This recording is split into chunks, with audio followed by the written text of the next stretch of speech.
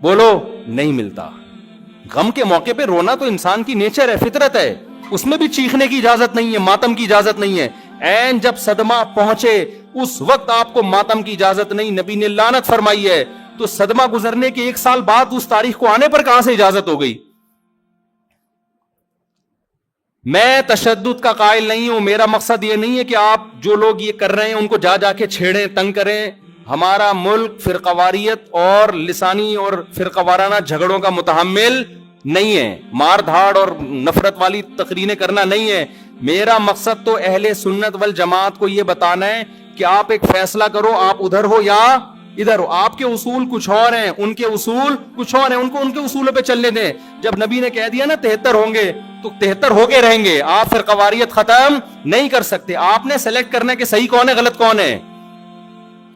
آج لوگ کہتے ہیں فرقہ واریت ختم ہو جائے. میں نے کہا نہیں ہو سکتی ختم بھائی, نبی نے کہہ دیا 73 فرقے ہوں گے, کیسے ختم ہوگی؟ آپ نے سلیکٹ کرنا ہے, گائیڈ کرنا ہے کہ صحیح کون ہے, اپنے لیے سلیکشن کرنی ہے ان میں صحیح کون ہے, میں وہاں جاؤں گا. آپ کے پاس بہت سارے آپشن ہوتے ہیں دنیا میں بھی, تو آپ سارے آپشن ختم کر دیتے ہو. کئی رشتہ آیا آپ کے لیے, بہت ساری لڑکیاں ہیں, آپ نے کہا یہ ٹھیک ہے باقیوں کو بم سے اڑا دو. او بھائی آپ کو جو سمجھ میں آئے آپ اس سے شادی کر لو, بلکہ اس سے بھی نہیں 3 اور سے کر لو. اور لڑکی کے پاس ایک آپشن ہے, تو بھائی جو سمجھ میں آ رہا ہے اس سے کر لو, باقی وہ دوسرا جو مرضی آپ کے بلا سے آپ کہیں اس کو مار دو, کیونکہ وہ غلط آدمی کا رشتہ میرے پاس آیا ہے, بندہ ٹھیک نہیں ہے, ابا اس کو مروا دو. ابا کہے گا بیٹا تو اتنے لوگ صحیح بھی ہیں غلط بھی ہیں, تجھے جو صحیح لگ رہا ہے وہ بتا دے, جو غلط ہے وہ اس کو رہنے دے, وہ تیرا کام نہیں ہے. دنیا میں بہت سی غلط بھی ہوتی ہیں, ان کو وہ غلط مل جائے گا. تو فرقے تو رہیں گے, حضرت عیسیٰ علیہ السلام ہی آ کے ان فرقوں کو ختم کریں گے, اور تلوار سے ختم ہوں گے یہ. اور یہ ہمیں اجازت, ہمیں بم پھاڑنے کی, تلوار چلانے کی, گالیاں دینے کی اور ایسے بیان کرنے کی جس سے نفرتیں پھیلیں, ہمیں اس کی اجازت نہیں ہے.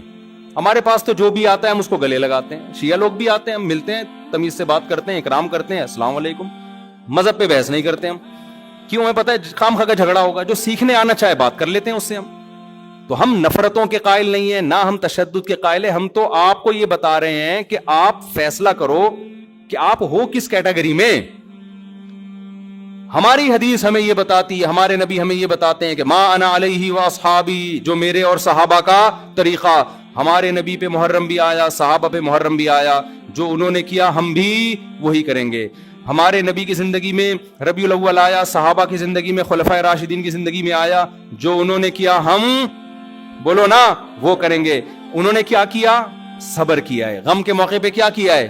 صبر کیا ہے. تو ہم بھی کیا کریں گے؟ صبر. یا ہمیں اجازت دی ہے قاتل سے قصاص لیں. حضرت حسین کے قاتل اگر آج ہمیں مل جائیں, ہم انشاءاللہ ان کو زندہ نہیں چھوڑیں گے. جب نہیں ہے ہمارے پاس, ہمارے دور میں نہیں ہے, تو اللہ سے ہم دعا کرتے اللہ ان سے انتقام لے قیامت کے دن. حضرت حسین کے خون کا بدلہ لے اللہ ان سے, اور لے گا, اللہ کیوں چھوڑے گا. لیکن اگر ہم نے اس حدود سے تجاوز کر کے ہم نے وہ کچھ کیا جو اللہ اس کے رسول کی منشا کے خلاف ہے, تو میرے بھائی جہاں قاتلوں سے سزا لی جائے گی, اللہ ہمیں بھی نہیں چھوڑے گا. کہ یہ کون سی اہل بیت کی تعلیمات تھی جس پر تم عمل کر رہے ہو. سفید لباس اسلام میں پسندیدہ ہے, ٹھیک ہے, نبی نے ہر رنگ کا لباس پہنا ہے, پسند کس کو کیا؟ سفید. وہ محرم میں بھی پسندیدہ, وہ سفر میں بھی, وہ ربیع الاول میں. جیسے ہی رشتہ میسر ہو, اسلام حکم دیتا ہے نکاح میں تاخیر نہ کرو, چاہے محرم ہو. محرم ہے تو سفر تک ڈیلے نہ کریں, سفر میں رشتہ ملا تو ربیع الاول تک ڈیلے نہ کریں. ویسے بھی میرے بھائی جس نے 4 شادیاں کرنی ہوں گی, وہ اگر ڈیلے کرنا شروع کر دے تو اس کی ہو گئی. پھر اسلام میں تو یہ کہ جلدی نکاح کرو. محرم میں بھی کریں, جو نہیں کر رہے ان کو چھوڑ دیں, اپنے ان کا فرقہ ہے, ان کا مسلک ہے, چھیڑے نہیں کسی کو, جا کے بحث نہ کریں. دفتروں میں بحثیں خامخواہ کی شروع ہو جاتی ہیں. آپ نے اپنے بارے میں فیصلہ کرنا, میں کدھر ہوں, میں کدھر کھڑا ہوں. جو کالے کپڑے پہننے دیں, نہ ان پہ طنز کریں, نہ ان پہ ہوٹنگ کریں, یہ جائز نہیں ہے, اس سے نفرتیں پیدا ہوں گی. جو کر رہا ہے کرنے دو. آپ کے بچے جب پوچھیں ابو انہوں نے کالے کپڑے پہنے, بولیں بیٹا ان کا فرقہ ہے, ہم لوگ اس فرقے کے نہیں, ختم ہو گئی بات.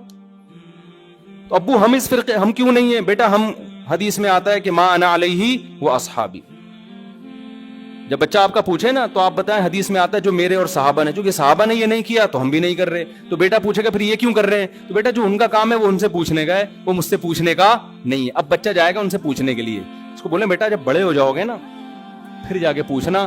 ابھی پوچھا تو رپلائی بھی ہوگا، اس سے کیا پیدا ہوگا؟ فتنہ. تو بچے میں کھوپڑی ہوگی تو وہ اتنی بات اس کی کھوپڑی میں انشاءاللہ آ جائے گی، 2 اور 2 4 کی طرح. پھر بچہ کہے گا ہمیں کیا کرنا چاہیے؟ اس کو بتا دو بیٹا قرآن میں صاف طور پہ لکھا ہوا ہے کہ ہم نے بنی اسرائیل سے عہد لیا تھا کہ ان احکام کو فالو کرنا ہے. بنی اسرائیل نے ان احکام کو چھوڑ کر فرقے بنا دیے. تو بیٹا قرآن میں سورہ بقرہ میں اللہ کہہ رہا ہے ان احکام کو فالو کرو، وَاعْبُدُوا اللَّهَ، اللہ کی عبادت کرو. سمجھتے ہو بیٹا ہم نے کیا کرنا ہے؟ اللہ کی عبادت. ابو عبادت کیسے کرنی ہے؟ بیٹا 5 نمازیں پابندی سے پڑھنی ہے، ٹھیک ہے نا. زندگی میں 1 دفعہ حج کرنا ہے، بیٹا سال میں 1 دفعہ زکوٰۃ دینی ہے، اس کے حکام علماء سے پوچھ لو. یہ کرنا ہے ہم نے محرم میں بھی کرنا ہے، سفر میں بھی کرنا ہے، ربیع الاول میں بھی کرنا ہے اور ربیع الثانی میں بھی کرنا ہے. جس کا جو حکم آتا جائے. رمضان میں روزے رکھنے ہیں، حج کے ایام میں حج کرنا ہے، وہ اللہ نے ڈیٹیں ہمیں بتا دی. ابا محرم میں کیا کرنا ہے؟ بیٹا محرم میں 9 10 یا 10 11 کا روزہ رکھنا ہے. اور زیادہ روزے رکھ سکتے ہو تو سبحان اللہ، حدیث میں آتا ہے سب سے زیادہ رمضان کے بعد روزوں کا ثواب کس مہینے میں ملتا ہے؟ محرم میں ملتا ہے. بیٹا ہم نے یہ کرنا ہے. سمجھ میں آ رہی ہے بات کی نہیں آ رہی؟ اور کیا کرنا ہے؟ اور اس سے بولو قرآن میں اللہ کہتا ہے وَلَا تُشْرِكُوا بِهِ شَيْئًا، اللہ کی عبادت کرنی ہے، اس کے ساتھ کسی کو شریک نہیں. پکارنا نہیں ہے صرف یا اللہ مدد، نہ یا علی مدد، نہ یا غوث اعظم مدد، نہ یا رسول اللہ مدد. یہ سارے نعرے بیٹا ہم لوگوں کے بولو نہیں. اچھا ابو فلاں نے فلاں کتاب میں لکھا ہے کہ یا رسول اللہ مدد تو دائرے اسلام سے خارج ہے. بیٹا کون دائرے میں داخل ہے کون خارج ہے یہ تیرا ہیڈ ایک، کیونکہ بچے نے اس کو لے کے پھر وہ فتوے دینا شروع. بیٹا اس کو چھوڑ دے اپنے حال پہ. میں جو تو نے کرنے کے کام ہے وہ میں تجھے بتا رہا ہوں. وہی ہے نا ایک آدمی رات کو تہجد میں اٹھ کے دعا مانگ رہا تھا، اے اللہ سارے لوگ سو رہے ہیں میں اکیلا جاگا ہوا ہوں، اس عمل کی لاج رکھ لے. سارے لوگ خراٹے لے رہے ہیں میں اکیلا. لوگوں نے کہا تو اپنی باتیں بتا، ہماری برائیاں کیوں کر رہا ہے اللہ کے سامنے؟ ایک آدمی نے کمبل نکال کے بولا بھائی تو اپنا بتا نا، ہماری برائیاں ہمیں کیوں ساتھ میں گھسیٹ رہا ہے؟ یہ لوگ سو رہے ہیں. تو بیٹا یہ آپ کے کرنے کا کام ہے. باقی آپ کسی بھی فتوے کون یا رسول اللہ کہہ رہے ہیں، کون کس کا کیا مطلب ہے، چھوڑو اس بحث کو. اس میں پھر بڑی طویل بحثیں ہیں، یہ ایسے دلدل میں پھنسو گے نکلنے کے قابل نہیں رہو گے. اچھا ابو اور کیا کرنا ہے میں نے؟ تو ان کو بتاؤ وَاعْبُدُوا اللَّهَ وَلَا تُشْرِكُوا بِهِ شَيْئًا وَبِالْوَالِدَيْنِ احسانا. بیٹا ماں باپ کے ساتھ کیا کرنا ہے؟ احسان. کیسے احسان کرنا ہے؟ اللہ کہتے ہیں لا تقل لهما اف، ماں باپ کے سامنے اف بھی نہیں کہنا. ان کے قدموں میں جنت تلاش کرنی ہے، محبت سے ان کی پیشانی پر دیکھنے سے حج عمرے کا ثواب ملے گا. سب سے بڑا حق اللہ رسول کے بعد کس کا ہے؟ والدین کا. ابا اور کیا کرنا ہے میں نے؟ وَبِالْوَالِدَيْنِ احسانا وَبِذِي الْقُرْبَى. بیٹا جو رشتہ جتنا قریب ہے اس سے بنا کے رکھنی ہے. ماں باپ کے بعد سب سے قریبی رشتہ بھائی بہنوں کا ہے، ان سے توڑنے نہیں دیکھنا. چاہے محرم ہو چاہے سفر میں ہو، کوئی روٹھا ہوا ہے تو اس کو جا کے کیا کر لو؟ راضی کر لو. ان پہ خرچ کرو، ہدیے دو، ان کو نذرانے دو تاکہ یہ جڑیں. جو رشتہ داری توڑتا ہے وہ محرم میں جو مرضی کر لے، حدیث میں آتا ہے وہ جنت میں نہیں جائے گا، چاہے وہ ربیع الاول میں جو مرضی کر لے. ابا اور کیا کرنا ہے؟ بیٹا رشتہ داری میں سب سے پہلا کام یہ ہے، قرآن کہتا ہے عورت کی میراث نہیں کھانا. میں مر جاؤں اپنی بہن کی وراثت اس سے پوچھے بغیر فوراً ہینڈ اوور کر دینا. سمجھ میں آ رہی ہے بات کی نہیں آ رہی ہے؟ فوراً کیا کر دینا؟ اس کے حوالے کر دینا میں مر جاؤں تو. ایسا نہ وہ 20 سال تک مانگتی رہے، یا آپ بولو ہم نے جہیز اتنا دے دیا تھا. اور بھی اس طرح کے حکام ہے جو سورۃ بقرہ میں ایک ہی جگہ اللہ نے وَقُولُوا لِلنَّاسِ حُسْنًا. جب بھی لوگوں سے بات کرنی ہے اچھے اخلاق سے بات کرنی، تمیز سے بات کیا کرو. بیٹا جب تم بات کرتے ہو تو لگتا نہیں ہے کہ تم نے تمیز کہیں سے سیکھی بھی ہے. آہستہ آواز میں بات کیا کرو، دھیمے لہجے میں بات کیا کرو. یہ تو نہ کہیں تمیز سیکھی بھی نہیں ہے پھر اور بدتمیز بن جائے گا. تو وَقُولُوا لِلنَّاسِ حُسْنًا وَأَقِيمُوا الصَّلَاةَ. نمازوں کو پابندی سے قائم کرو. یہ ہمارا اسلام ہے جو محرم میں بھی ہے، سفر میں بھی ہے، ربیع الاول میں بھی ہے. اس کے علاوہ جو کچھ ہے میرے بھائی وہ ہماری اپنی اختراعات ہیں، ایجادات ہیں، اس میں اللہ کی رضا شامل نہیں ہے. اللہ تعالی ہمیں سمجھنے کی، عمل کی توفیق عطا فرمائے.